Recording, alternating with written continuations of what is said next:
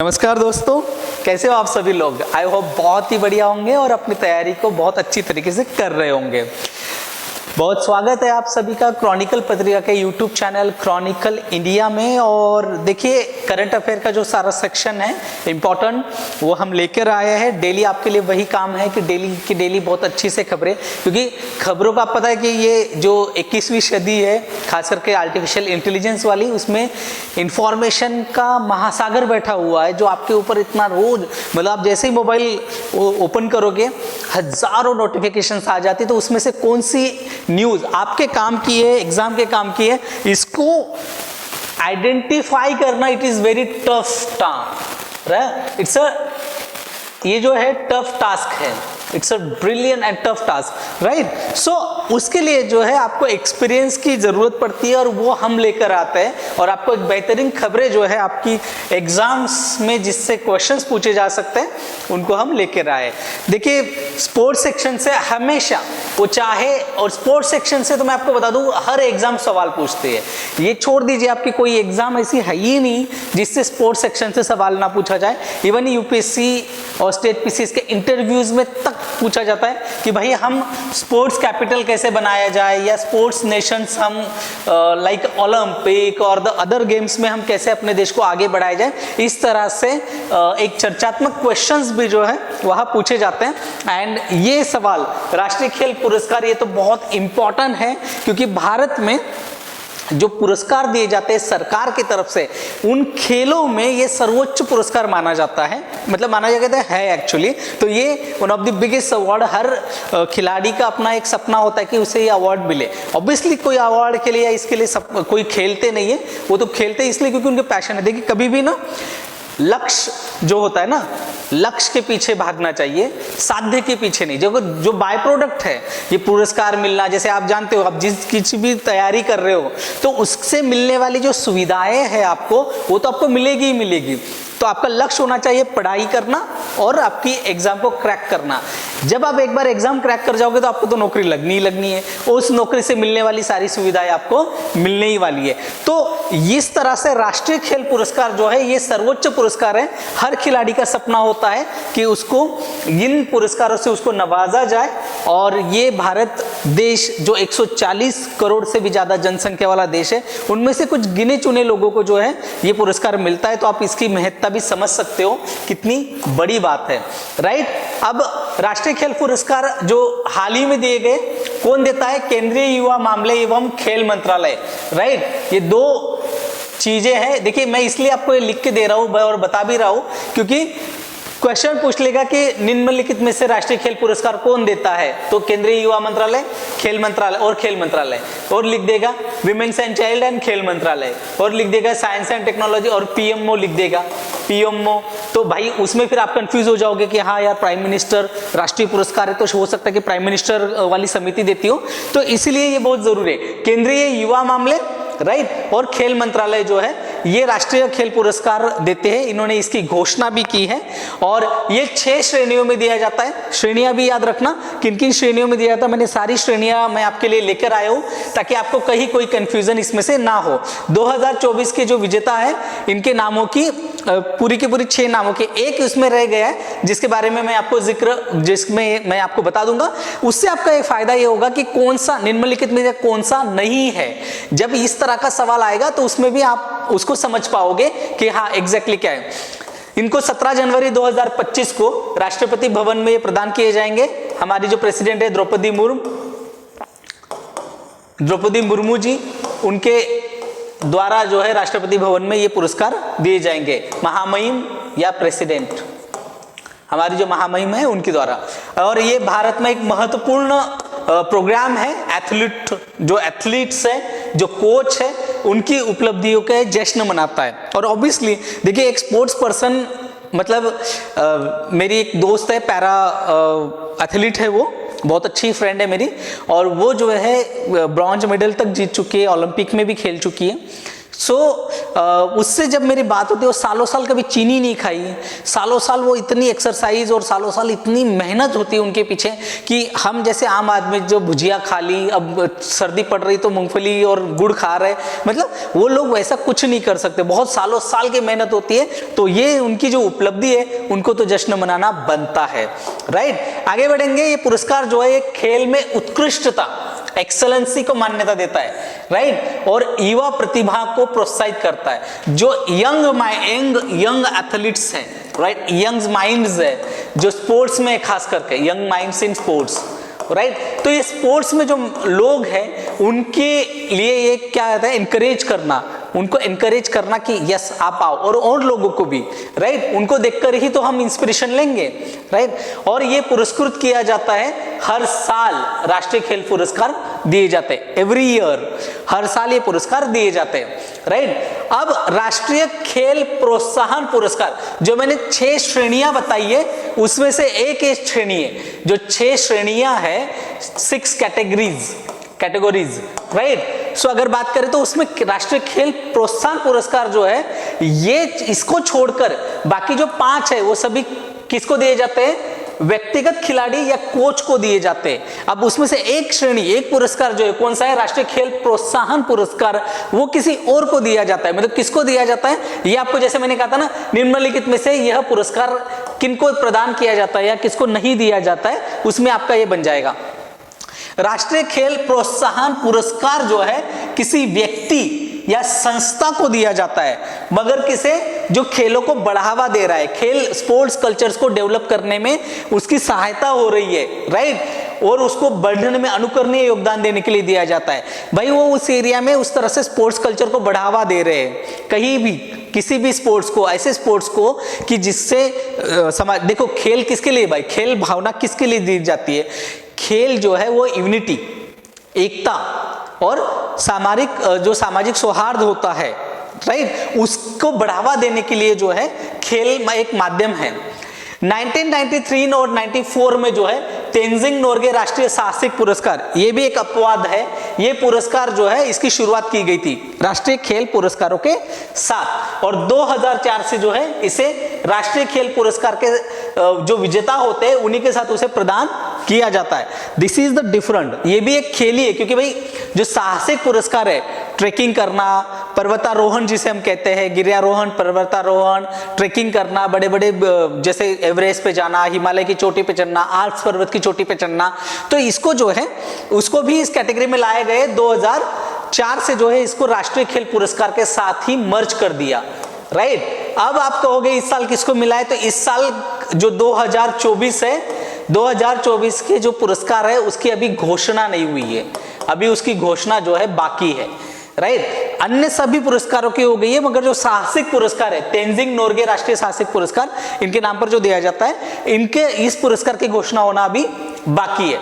अब इसमें क्या है भाई, ये कौन करता है इस वर्ष, माने 2024 के जो पुरस्कारों का निर्णय है वो सर्वोच्च न्यायालय के जो न्यायाधीश है, सेवानिवृत्त न्यायाधीश है वी रामा सुब्रमण्यम की अध्यक्षता वाली समिति ने जो है, इस समिति ने, चयन समिति ने जो है 2024 के नामों को फाइनलाइज किया है। अब इससे आपको क्या समझ में आता है कि अगर क्वेश्चन पूछ लिया कि किसकी अध्यक्षता में, निम्नलिखित में से किसकी अध्यक्षता में 2024 के खेल पुरस्कारों विजेताओं के नाम फाइनल किए गए, तो लिख देगा वी सुब्रमण्यम, जैसे वी रामा सुब्रमण्यम जी का नाम लिख दिया, ये वी रामा सुब्रमण्यम, बी लिख देगा किसी फजल अली का नाम लिख देगा, सी लिख देगा जैसे हमारे पूर्व सी चंद्रचूड़ साहब है उनका नाम लिख देगा।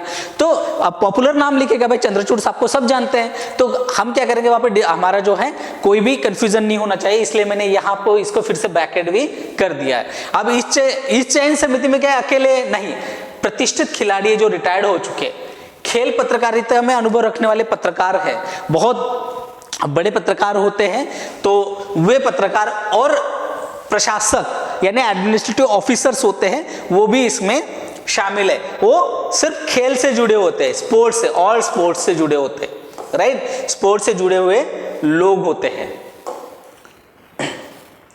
अब मैंने आपको कहा कि 6 कैटेगरीज है, राइट। सो मेजर ध्यानचंद खेल रत्न पुरस्कार, ये सबसे बड़ा पुरस्कार है, राइट, ये सबसे बड़ा पुरस्कार है मेजर ध्यानचंद खेल रत्न पुरस्कार। अब ये सर्वोच्च खेल पुरस्कार है इस देश का, भारत का सर्वोच्च खेल पुरस्कार है ये मेजर ध्यानचंद खेल रत्न पुरस्कार। ये एथलीटों के लिए जो है एक प्रतिष्ठित पुरस्कार माना जाता है। किसी भी एथलीट को मिलता है तो उसको बहुत गौरवान्वित महसूस होता है कि मुझे ये पुरस्कार मिला है, क्योंकि मेजर ध्यानचंद जो है वो खिलाड़ी, महान हॉकी खिलाड़ी है, दुनिया के अब तक के सबसे महानतम खिलाड़ियों में उनका नाम गिना जाता है। एक महानतम खिलाड़ी, the great of the greatest जिसे हम कहते हैं, गोट जिसको कहते हैं, greatest all the all time, greatest of the all time, greatest खिलाड़ी है मेजर ध्यानचंद।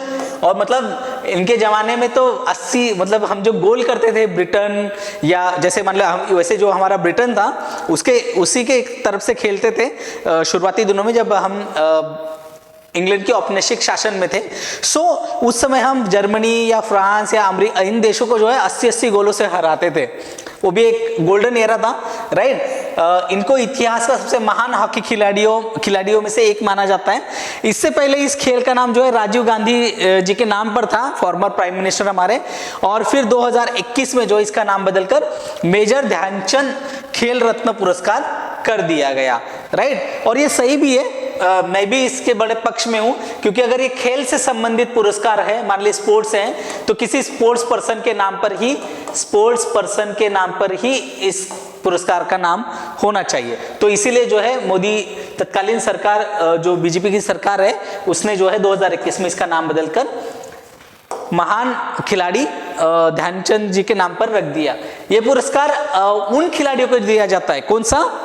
मेजर ध्यानचंद खेल रत्न पुरस्कार, जिन्होंने पिछले 4 वर्षों में जो है अपने खेल में एक असाधारण प्रदर्शन किया है।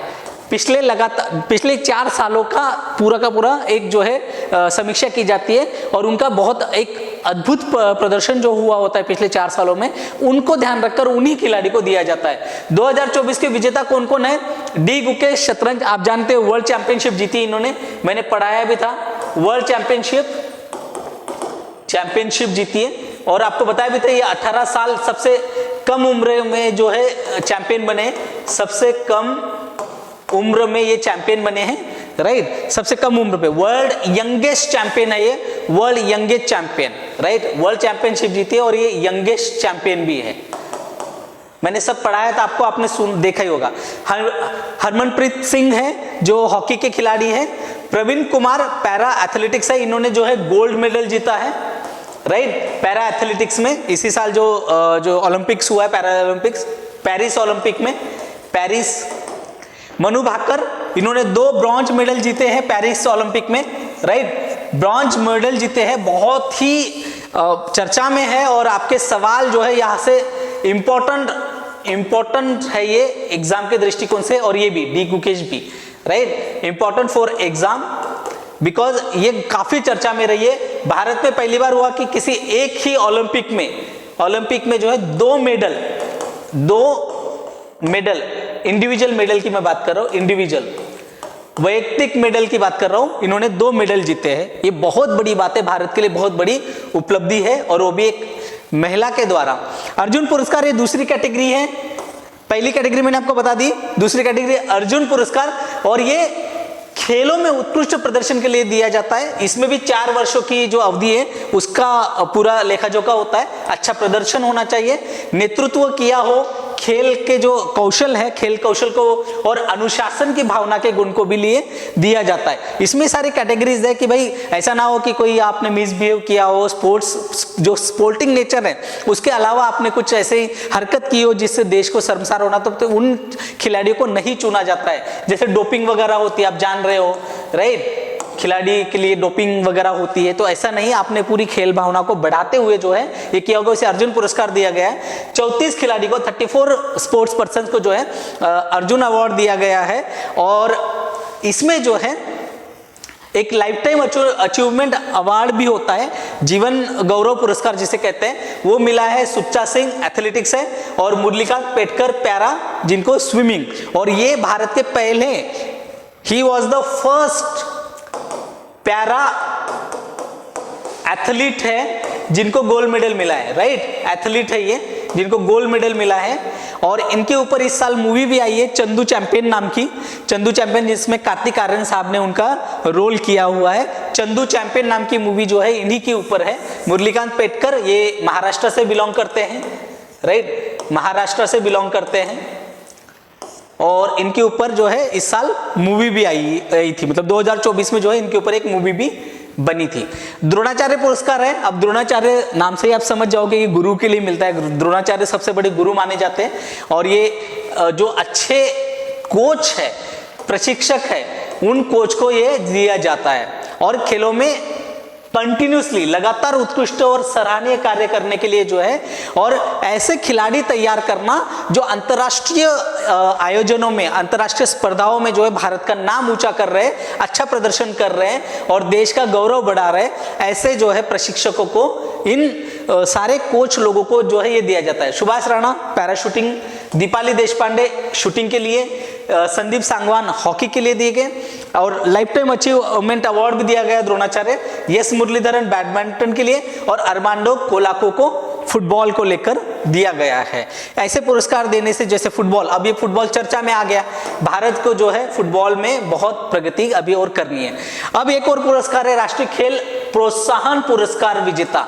मैंने जैसे कहा था ये खिलाड़ियों को नहीं दिया जाता, एथलीट्स को नहीं, ऐसे व्यक्ति या संस्था को दिया जाता। तो physical education foundation of India नाम की संस्था है, उसको जो है ये पुरस्कार दिया गया है। और एक दिया गया मौलाना अबुल कलाम आजाद MKM जो ट्रॉफी है, ये खेल इंडिया यूनिवर्सिटी गेम्स का जो समग्र रूप है उसे दिया गया है। विश्वविद्यालय जो यूनिवर्सिटी लेवल के गेम होते हैं ना, उसको बढ़ावा देने के लिए, उसको चर्चा में लाने के लिए जो है ये उन यूनिवर्सिटीज को प्रेजेंट, ये जो है पुरस्कार दिया जाता है मौलाना अबुल कलाम आजाद। आप जान रहे हो स्वतंत्र सेनानी और शिक्षाविद के तौर पर इनको हम जाते हैं। ओवरऑल विनर कौन है? चंडीगढ़ विश्वविद्यालय, चंडीगढ़ यूनिवर्सिटी। और जो प्रथम उपविजेता या फर्स्ट रनर अप जिसे हम कहते हैं, first runner up, right, first runner up lovely professional university, ये भी पंजाब में बेस्ड है पर पूरे देश भर में भी है। और सेकंड रनर अप है गुरु नानक देव यूनिवर्सिटी जो अमृतसर में बेस्ड है। तो ये खेल रत्न पुरस्कार जो मौलाना अबुल कलाम आजाद ट्रॉफी है, इनको दी गई है। तो ये सभी 2024 के जो खेल पुरस्कार थे मेजर, और सारे के सारे राष्ट्रीय खेल पुरस्कार जिसे कहते हैं, मैंने वो सारे पुरस्कार जो है एक ही क्लास में आपका जो है कवर कर दिए, बहुत शॉर्ट्स में, क्रिस्पी, जिसमें आपको बहुत टेंशन ना हो, और एग्जाम्स रिलेटेड पॉइंट्स को ही मैंने वहां रखा हुआ है।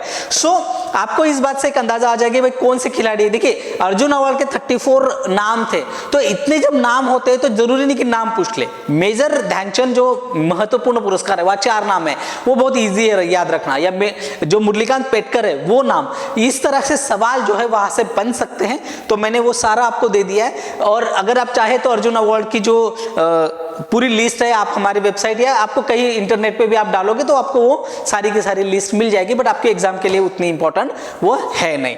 तो आई होप आपको आज की क्लास अच्छी लगी होगी। आप जो है ऑफलाइन कमेंट करके जरूर बताइएगा, और जो हमारा चैनल है क्रॉनिकल इंडिया, इसको सब्सक्राइब करें, अपने दोस्तों के साथ क्लासेस को शेयर करिए और जुड़े रहिए। धन्यवाद।